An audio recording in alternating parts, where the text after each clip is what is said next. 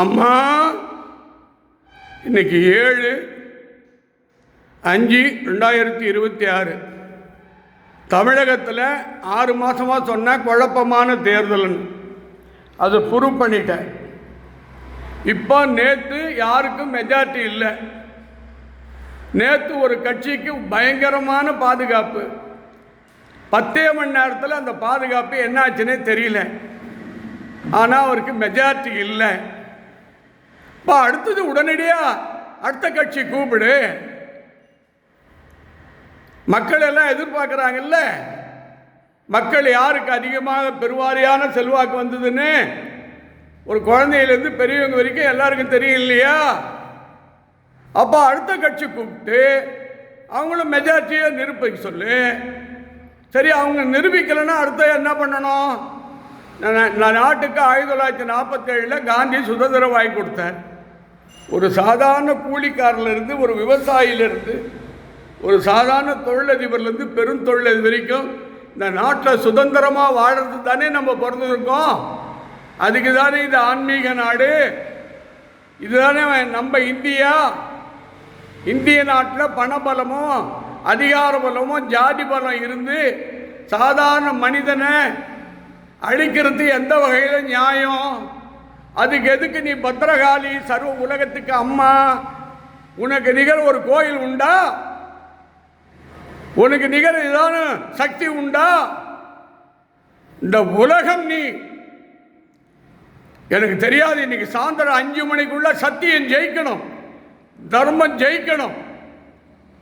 அப்படி நடக்கலை என்றால், யாருக்கும் மெஜாரிட்டி இல்லை என்றால், உன் பாதத்தை தொட்டு வேண்டுகிறேன், கவர்னர் ஆட்சியை டிக்ளேர் பண்ணி மறு தேர்தல் உத்தரவிடுங்க. அப்போ மக்கள் யாருக்கு செல்வாக்குன்னு பொறுப்பாயிடும். மக்கள் ஒவ்வொருத்தரும் ஒரு மகானா வாழ்ந்துகிட்டு இருக்கான், ஒரு சாமிகளா வாழ்ந்துகிட்டு இருக்கான், ஒவ்வொரு பெண்ணும் கண்ணகியா வாழ்ந்துகிட்டு இருக்கா, சீதாதேவியா வாழ்ந்துக்கிறான். ஒருத்தருடைய மனசையும் நம்ம நோகடிக்கூடாது.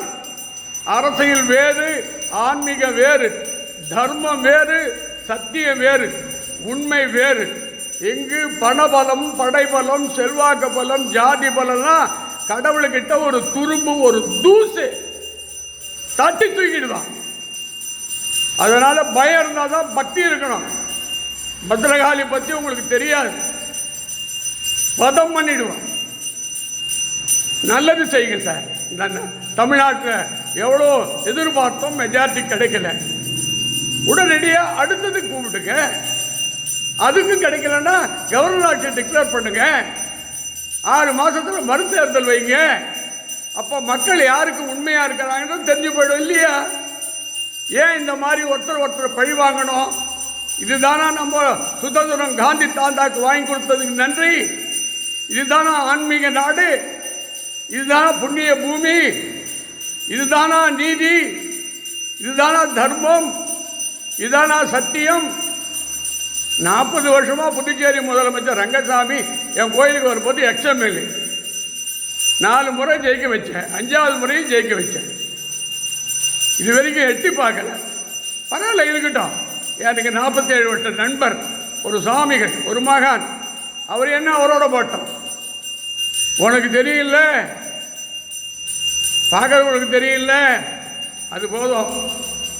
உண்மை ஒரு நாள் வெளிவரும், சத்தியம் ஒரு நாள் ஜெயிக்கும், நீதி வெல்லும். பத்ரகாளி அம்மா, நல்லதே நடக்கணும். இன்னைக்கு சாயந்தரம் 5 மணிக்குள்ள சரியான நிலைப்பாட்டை எடுக்கணும். இந்த 2-3 நாளுக்குள்ள மெஜாரிட்டி கிடைக்கவில்லை என்றால் நீதியும் சத்தியம் செய்து தர்மம் ஒன்று சேர்ந்து மறு தேர்தலுக்கு உத்தரவிடுங்க. கவர்னர் ஆட்சி டிக்ளேர் பண்ணுங்க. அப்பதான் மக்களுக்கு ஒரு நம்பிக்கை வரும், தம்பு வரும். குறுகிய வழியில், குறுக்கு வழியில் ஒரு ஆட்சி அமைப்பது என்பது தர்மத்துக்கும் சத்தியத்துக்கும் அப்பாற்பட்டதாகிவிடும். அரசன் நின்று கொள்வான், தெய்வம் நின்று கொள்ளும். பயம் இருந்தால்தான் பக்தி வரும். எல்லாருக்கும் என் அன்பான வணக்கத்தை தெரிவித்து பத்ரகாளி நீதி வழங்குவாள் என்று நம்புகிறேன். சத்தியம், சத்தியம், சத்தியம்.